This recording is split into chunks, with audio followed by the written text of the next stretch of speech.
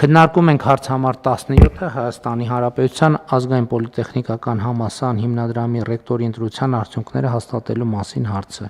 Զեկուցող կրթության, գիտության, մշակույթի և սպորտի նախարար Ժաննա Անդրեասյան։ Համեցեք Տիկին Անդրեաս։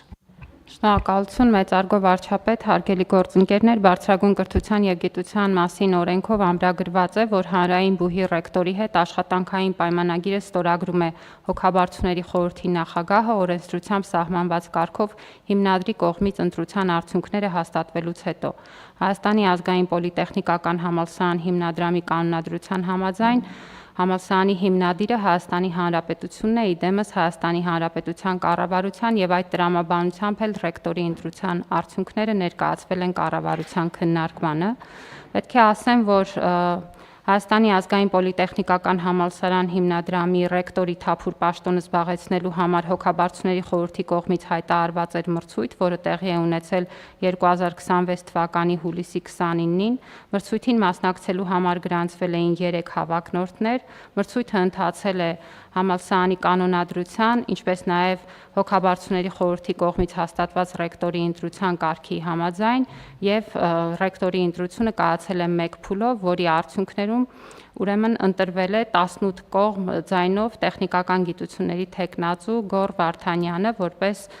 հիմնադրամի ռեկտոր 5 տարի ժամկետով։ Պետք է ասեմ, որ պարոն Վարդանյանը արդեն իսկ նախընթաց ժամանակահատվածում ղեկավարել է բուհը և բուհը այս ընթացքում ունի բավականին տպավորիչ արդյունքներ մի շարք ուղղություններով և սա նշանակում է, որ պարոն Վարդանյանը արդեն իսկ կառավարման իր փորձով և բուհի իմացությամբ կկարողանա, կարծում եմ,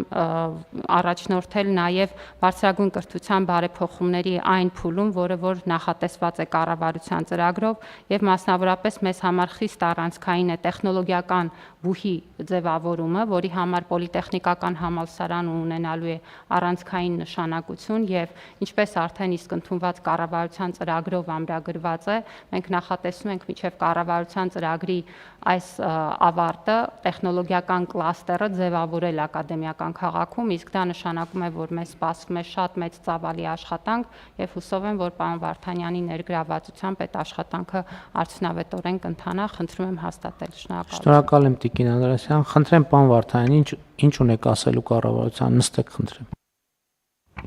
Մեծարգո պարոն վարչապետ, կառավարության հարգելի անդամներ, ես կցանկանամ ներկայացնել որոշակի կարևոր տվյալներ նախորդ 5 տարիների կատարված աշխատանքի և ապագա անելիքների վերաբերյալ։ Նախ ցանկանում եմ նշել, որ 2024 թվականին Հայաստանի ազգային պոլիտեխնիկական համալսարան հիմնադրամի հոգաբարձուների խորհրդի որոշմամբ հիմնադրվեց գիտության, տեխնոլոգիաների, ճարտարագիտության, արվեստի և մաթեմատիկայի ուղղվածությամբ հիմնական դպրոց։ Դրանով մենք ստեղծեցինք մանկավարժական անձնակազմի համար մրցունակ աշխատատեղեր և աշակերտական անձնակազմի համար որակյալ կրթական ծառայություն։ Մասնավորապես ցանկանում եմ նշել, հիմնական դպրոցում նվազագույն աշխատավարձը մանկավարժի 1 հաստիքի համար սկսում է 430,000 դրամից և շարունակվում է մինչև 1,160,000 դրամ։ Ինչպես նաև այս կառույցի ստորաբաժանման հիմնադրման արդյունքում մենք կարողացանք Հայաստանի ազգային պոլիտեխնիկական համալսարանի հիմնադրամում ապահովել որակավորման ազգային շրջանակի ողջ շղթան։ Ստացվում է այնպես, որ Հայաստանի Հանրապետությունում ունենք եզակի տեխնոլոգիական կրթահամալիր, որը ապահովում է նախադպրոցական կրթությունից մինչև բարձրագույն մասնագիտական և դոկտորական կրթական ծրագիր, իր կազմում ունենալով նախակրթարան, հիմնական դպրոց, ավագ դպրոց, միջին մասնագիտական ուսումնական հաստատություն, բարձրագույն մասնագիտական ուսումնական հաստատություն և ցանկանում եմ նշել, որ այս բոլոր ուսումնական ստորաբաժանումների ուղղությամբ իրականացվել է ռազմավարական կարևորագույն ծրագրեր, մասնավորապես նախակրթարանում հիմնադրվել է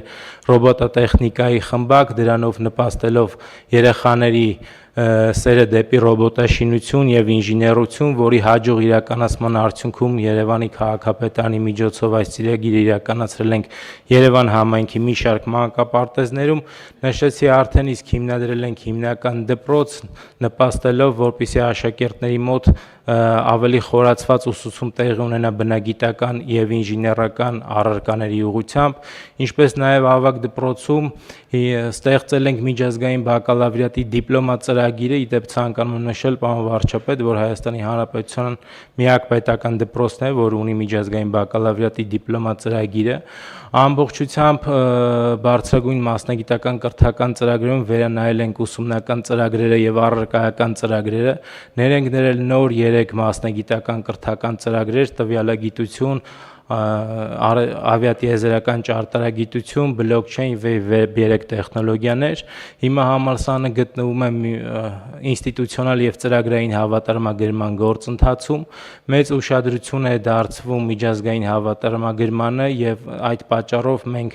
որպես գործընկեր կազմակերպություն ընտրել ենք գերմանական Ազին գործակալությանը, որը առավել շատ մեծ փորձ ունի տեխնոլոգիական բուհերի հավատարմագրման գործընթացում, վարկանիշավորման գործընթացում ունենք արդյունքներ Green Metric միջազգային վարկանիշավորող ընկերության կողմից, որը ըստ էության համալսարանները վարկանիշավորում է որպես կանաչ եւ կայուն համալսարաններ, այս ուղղությամբ վերջին 3 տարիների ընթացքում 1780 համալսարանների